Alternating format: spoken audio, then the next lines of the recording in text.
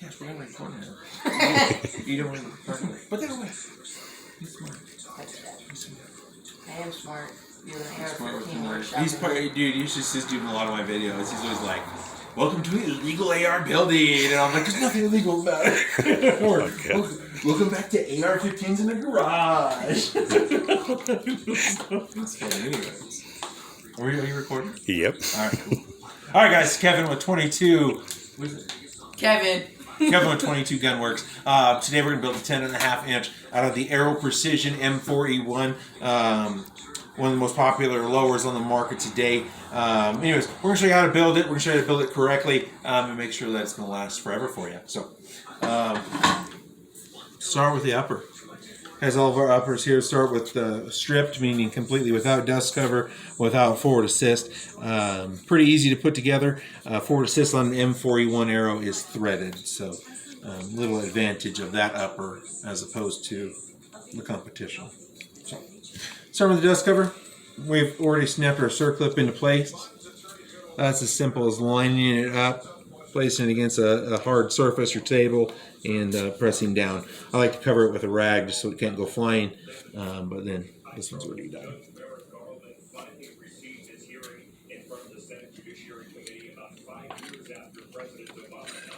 I'm going to get your dust cover started about halfway. You can see it popping out there. Back it up just a little bit. Of course, it folds closed this way. So, halfway you have to take your spring, which is two sides, a long side and a short side. The long side goes against the dust cover. Short side's going to go against the receiver. Problem is, you do have to wind it up to actually have pressure on it or it's not going to work. So, best way I found to do that is take the long side, give it a wind, and place it against the dust cover. With your other finger, slide the rod in, dust cover rod in through. If you've done correctly, you'll end up with the short side right on the receiver, long side on the dust cover, and under good spring tension.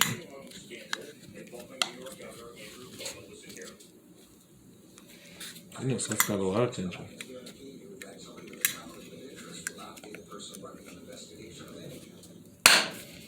Woo, that's a tight dust cover. Next, we'll do the forward assist. Again, threaded on the Aero product. So that's just as simple as removing it.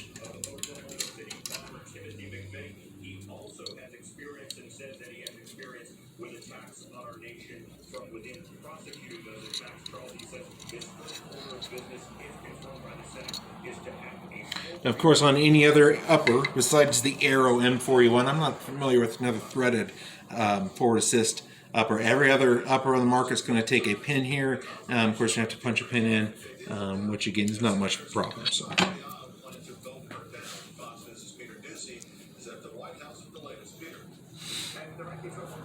The last time you're going to see the forward assist, more than likely, so make sure it has a nice little coating of the lube.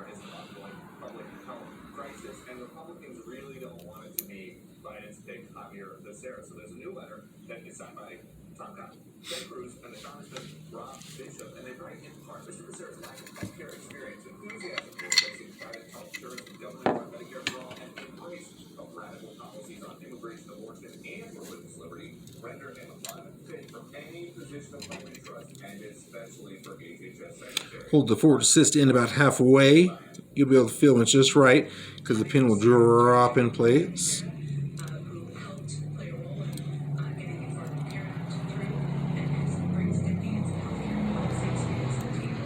Just snug it up. Make sure the forward assist works. It's good. Now our stripped upper is a complete assembled upper.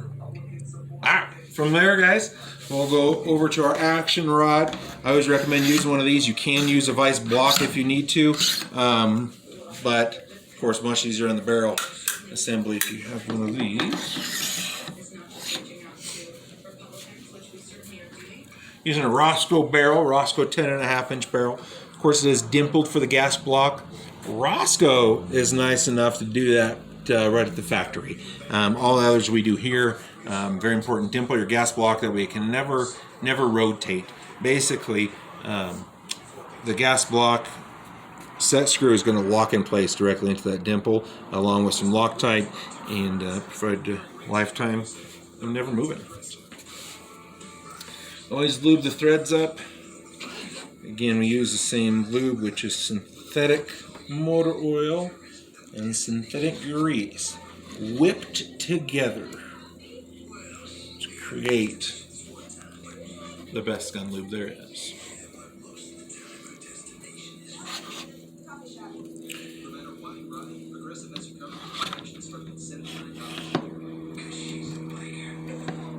Okay, so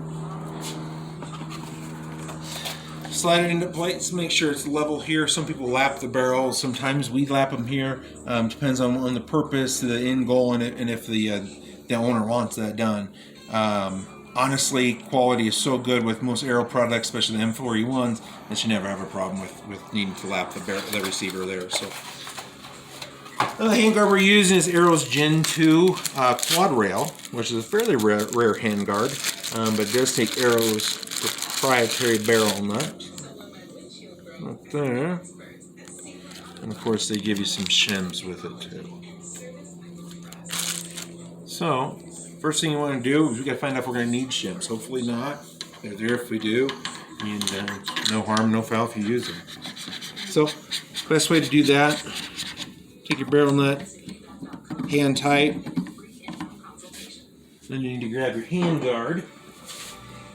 And we're using the 9-inch Aero Gen 2 quad rail. Slide it over into place. Where we go, and take a look. Where's our closest holes? Looks like we're a little ways off. We got a little ways to go on this one, right? Keep in mind, as we tighten it, this will come forward a little bit. So ultimately, we're either going to be backing up with spacers to catch this hole back here, or we need to tighten it up far enough to catch this one here. There's a chance that this might match up right here, because we have 40 foot-pounds worth of range, 30 to 70 foot-pounds. Some say 40 to 80. Let's see what we can do. So guys, we have a multitude of barrel nuts, or barrel wrenches, I should say. I keep the very first one I ever had, an old Wheeler, inexpensive one, just for these Aero barrel nuts. Every other one I have, any other barrel nut tool, can't do these, except for the old school ones. So nice to keep around. We start at the lower end of your torque setting, because you can always go up, can't always go back down. So I like to start about 40 pounds.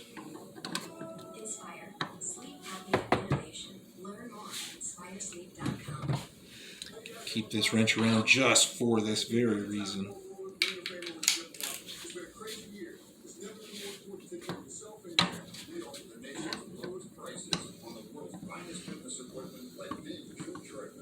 Let's see, here we go, here a better angle.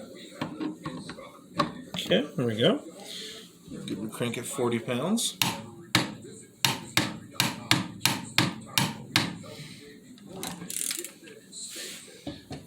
Let's take a look. I think we're going to be pretty close, but we're going to have to tweak it a little bit more. You can see how much closer it's already lined up. Not yet a match.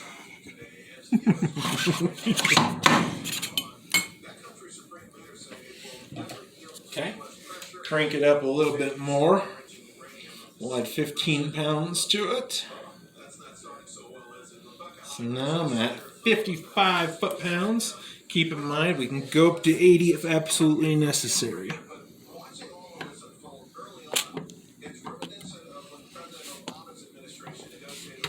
I always hear a lot of problems with lining these up. What shims do I use? How many shims do I need?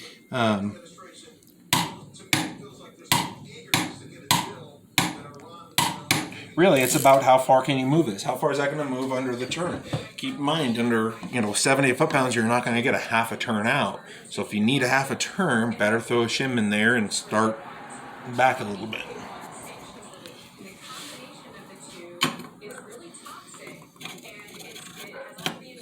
Ooh, we're close. You can see they're kind of coming into focus here. We're at 55. I'll add another 10 pounds to it.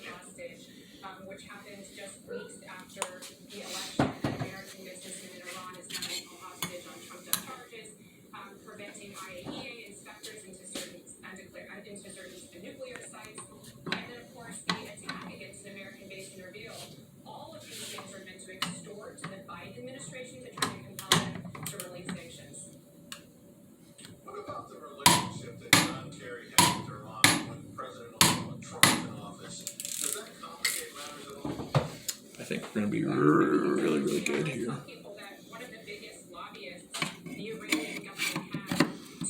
Ooh, we still need a little bit more. You can see it's just off just the tiniest bit. 5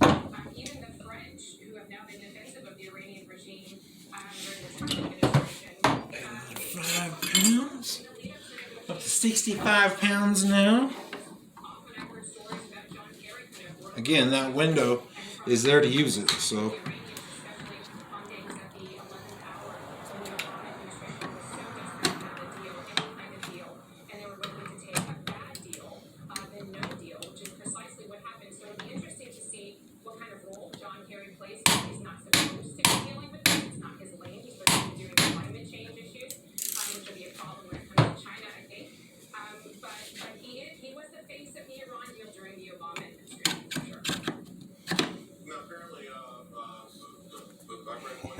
Nah, probably a little bit more, but I'm gonna give him a thumbs up on it anyways.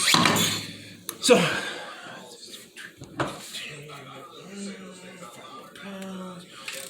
max, got it done. So see, it was easier than this time using no shims rather than shimming it and backing it up.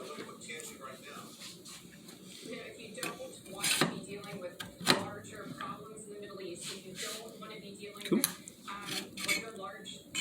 Once you get that done, barrel nut done, or within absolute closeness, real distance, flip it over, turn it over. If you're using a clamshell, flip it over in the vise. So now that you have your barrel nut on, up next you gotta get your gas system put together. So we use steel gas systems here, all nitride coated, no phosphate coating, and no aluminum gas blocks. I like steel; they're a little bit heavier, but longevity is there. Aluminum can have issues. I like to use steel nitrides. Lube it up just a little bit with CLP, just to clean it a little bit. You also want to put a little bit of lube on the barrel itself, because we will be sliding the gas block on it. Okay, your gas block pin goes right in the front. Make sure this is towards the front of the gun, towards the muzzle. Okay, away from you. So this goes to the front. So slide it on upside down. Make sure that's going towards the front.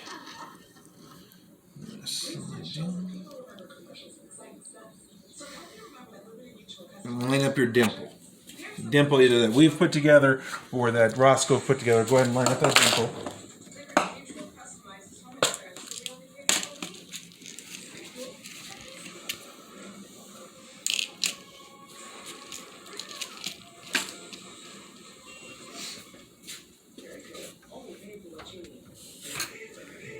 $30 seconds.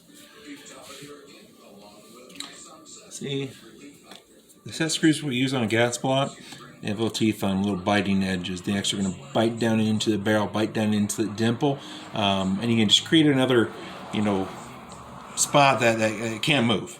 So another biting surface.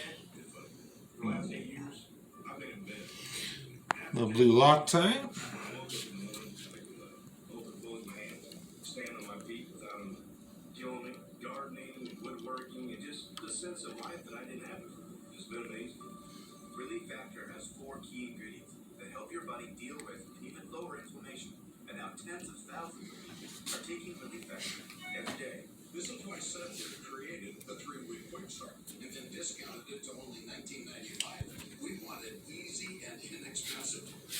Again, making sure you're right in the dimple.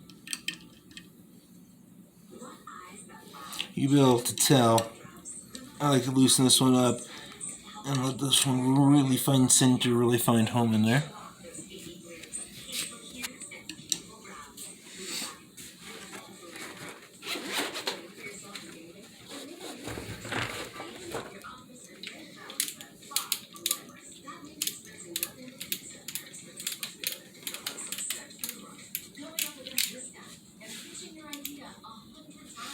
Okay. Next thing, get your inch pound wrench out, 40 inch pounds.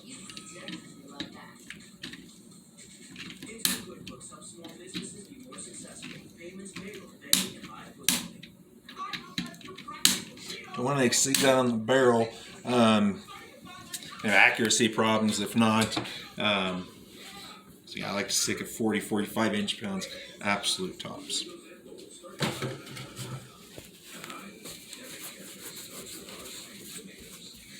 Clean up your Loctite mess on the bottom.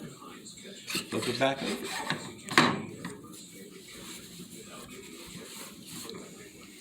One thing I always do now is I want to make sure I wipe down my surface real good with CLP and clean it real nice. Ooh, got out of that.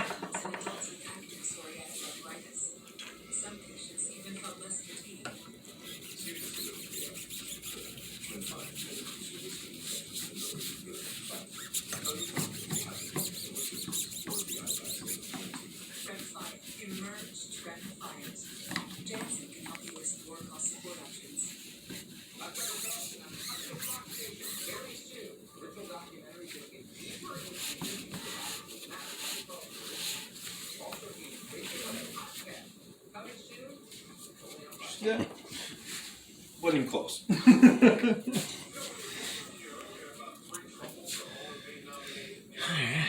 same thing with the gas tube. Make sure it's nice and clean. We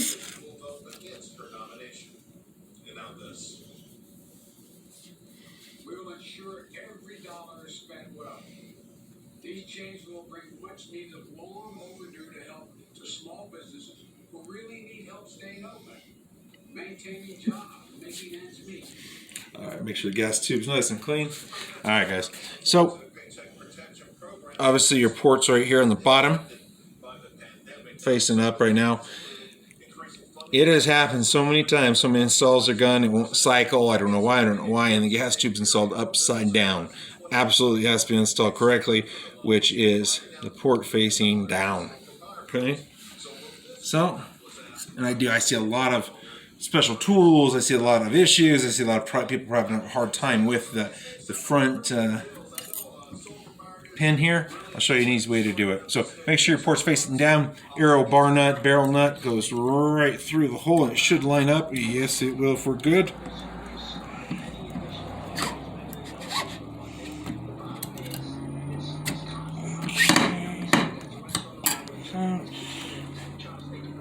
Spun on me, so make sure it's upside down.